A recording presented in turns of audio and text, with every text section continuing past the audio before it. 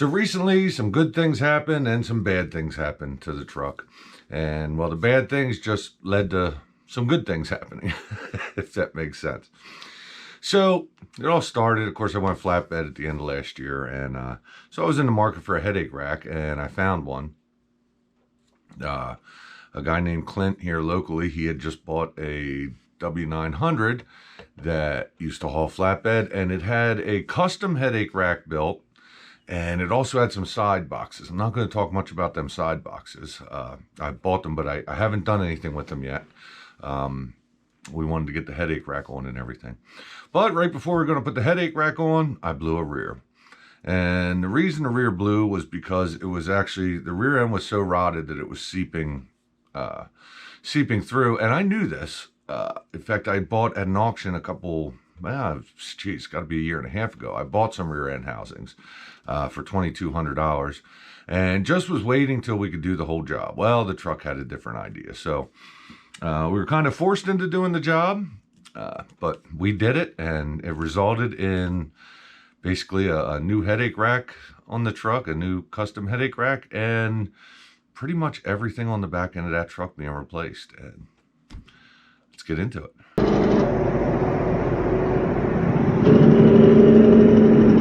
So we'll start with the headache rack. As I said, I bought it a couple months ago. A guy named Clint, he bought this W900, and Clint hauls mulch.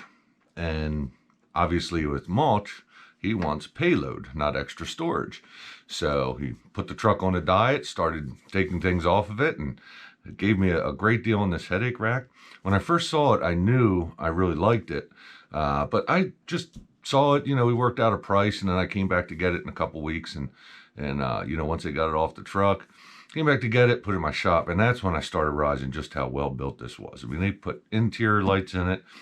It's got a little compartment on the side that you just slide your winch bar into, and it can go the whole way across for, your long poles and stuff that you want to use, and very happy with it. But what I didn't like about it was that it was aluminum. The doors were stainless, but it was aluminum, and I hate polishing aluminum, and I hate unpolished aluminum. So I decided to paint it to match the truck, and so we did that. Well, then when we're supposed to be putting it on, the truck decides its rear end wants to go out. Now, that wasn't just a rear end replacement. That had to be pretty much, I needed the new housings, and so I had them. Who could I possibly get to do this job? Well, how about the company that just totally restored a 379 Peterbilt with all brand new parts? That sounds like the type of guy I want working on it. So I take the truck over to Double D Diesel Repair in Manheim, Pennsylvania, and they take everything out. I mean, I'll start flashing through the pictures here. I didn't get any video of this being done because I was in and out of the shop. I wasn't actually there working. I was, he did allow me to play gopher for him and run for parts and stuff like that, and maybe do a few things in the shop, to keep costs down. But Jesse and then his dad, who's a retired maintenance guy, came over, and so thank you, Jeff Herman, for your help with all this. And basically ripped everything apart on the back, down to nothing. Then we started talking about what parts we're going to put on. I had some hubs that would work, and upon inspection, Jesse said that my hubs were a lot more heavy duty. So he chose to rebuild the hubs. There was nothing wrong with the hubs, so we put all new bearings in it, new bearings, new seals, new everything. This is where Jeff Herman comes into place, because he was doing this work, and he is absolutely meticulous. I mean, he was just down sitting there with them and cleaning every little bit up, making sure there's not any nub, making sure there's nothing in there. And that's the type of meticulous work that you want done. So then we ordered everything new. After we put the new bearings in and stuff, we were, and actually Jesse would have went even farther. There was, for instance, on the rear drive shaft, I had just replaced the U-joints not too long ago. So, but he did use new U-joint straps, which I didn't know you're not supposed to reuse them. So that was something great to learn. It's because I know I have reused them in the past. So now I know never to do that again. And I didn't realize that they can stretch, and you should always reuse them. Again, I'm not a mechanic, so there's a tip for you if you don't know. But yeah, so put it all back together, and it's just amazing. I got parts, you know, he got part. I got some parts that I wanted. I wanted to try the Bully Dog shocks that 4-state cells. They look good. That's all I can really say about them right now. We'll see what kind of longevity and what kind of ride I get. Although I have taken it for a test drive, only bobtailing, and you know, bobtailing doesn't tell you anything. So if we did all that, in the meantime, then I finished up painting the headache rack, which I do have some. I lost a lot of video. I accidentally deleted, but you can pretty much see enough of it when it's all going back together. Then we installed it, and so I was flashing pictures of everything getting done. I will now show the videos that I have in order leading up, and then at the end we'll go around and show everything that was done. Hey everybody, I'm here in my shop, and yeah, so I lost a whole bunch of footage. My editor thought I didn't need it, and the idiot erased it. And because I'm my own editor, well, it was my fault. But anyway, let me turn around here. Here's the headache rack where it's at now. I had taken video of me taking it apart and everything. So here it is, and I just lost all the video. But that's okay. At least we'll have this video of putting it back together. Obviously, I'm not going to paint the back. You can see I got this taped up, and we go right there to where we see. I need to prime the bottom sides here a bit. And so over here are the doors, stainless steel doors. Obviously, they're not going to get painted. I have new lights to go up there, lights to go in there. I have some spotlights that are going to go on top. And yeah, so I'm gonna get to work here on doing some more priming. All right, now that we got all that done, I'm gonna wipe it down with this Acme Automotive Finishes surface cleaner. Somebody sold me a napkin with the paint and everything, so.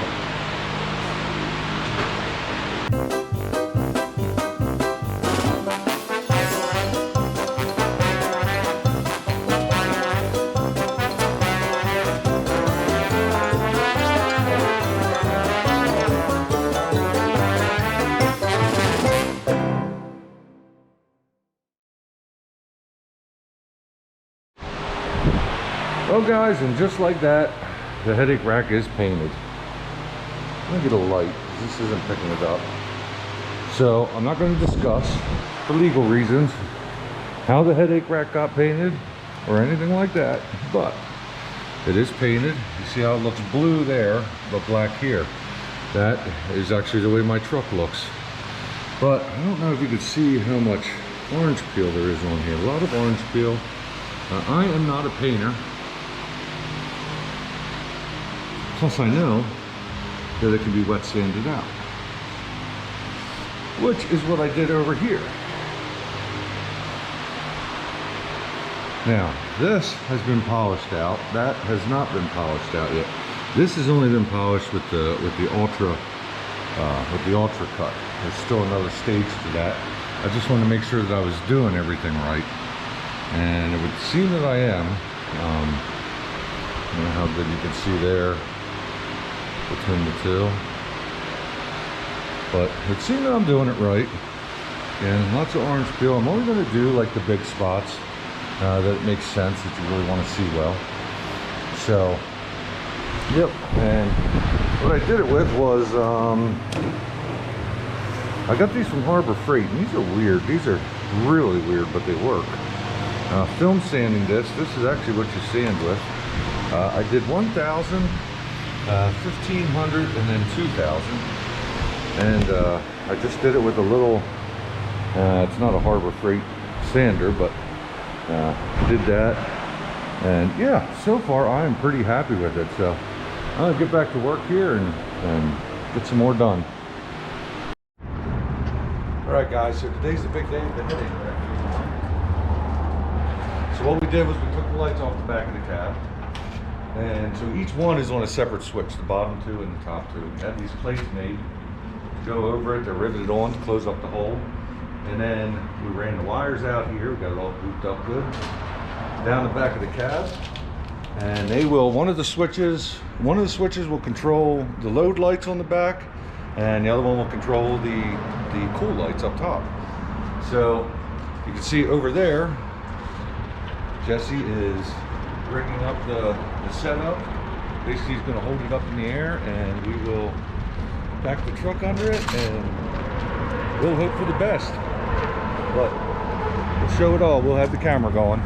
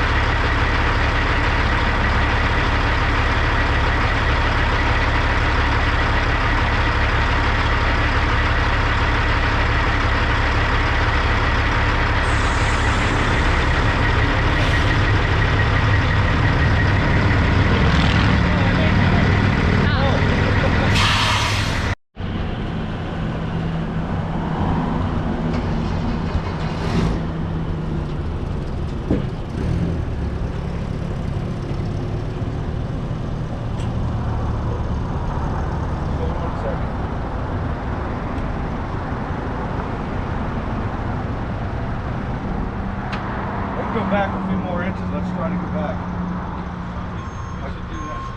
I got about 4 inches to spare.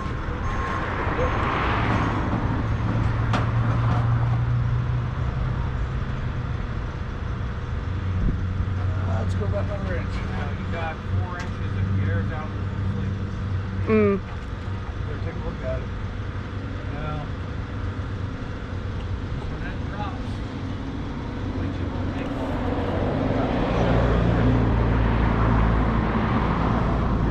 Alright guys, so here is the finished product. Almost. Not quite, but as much for you to see. So the red lights on the back are wired into one of the existing switches. So are the load lights, the spotlights. Look inside here. This thing was so cool the way it was built. There's actually lights inside each of the doors. They'll come on with the load lights the way we wired them up. So we cut the deck plate down. Had to take 2 sections out of it for that. Everything in the back end is new. Everything. See, all new airbags. New Bully Dog shocks that I got from 4 states. Joplin sent them to me. New light bars on the back I got from 4 states. We didn't put this on yet, and I'll explain that in a second. I have a new one sitting right there. We're gonna have a new one going on. New mud flaps, new everything, airbags. This all started because the rear end housing that I had was leaking, and so we decided to put new housings in. Now obviously it's not new, I bought them at auction a while back, but yeah, new U-joints, airbags. You can see every bushing, every torque rod, all you know, slack adjusters, everything. We just didn't put the quarter fenders back on because we were busy installing this, as you saw. Now this thing is filthy, but here's some pictures of when I first got it. So I actually got it. It was custom made for a W900, and I got it from the guy that bought the W900, and he hauls mulch. So he didn't need this or want the weight, so he sold it to me, and I thank you, Clint. We took it back, painted it to match. The stainless looks horrible, but we've been putting our fingerprints over it all day. So here you can see we actually ran new airlines, everything. You see the brake lining down in there. There's new, all new brakes.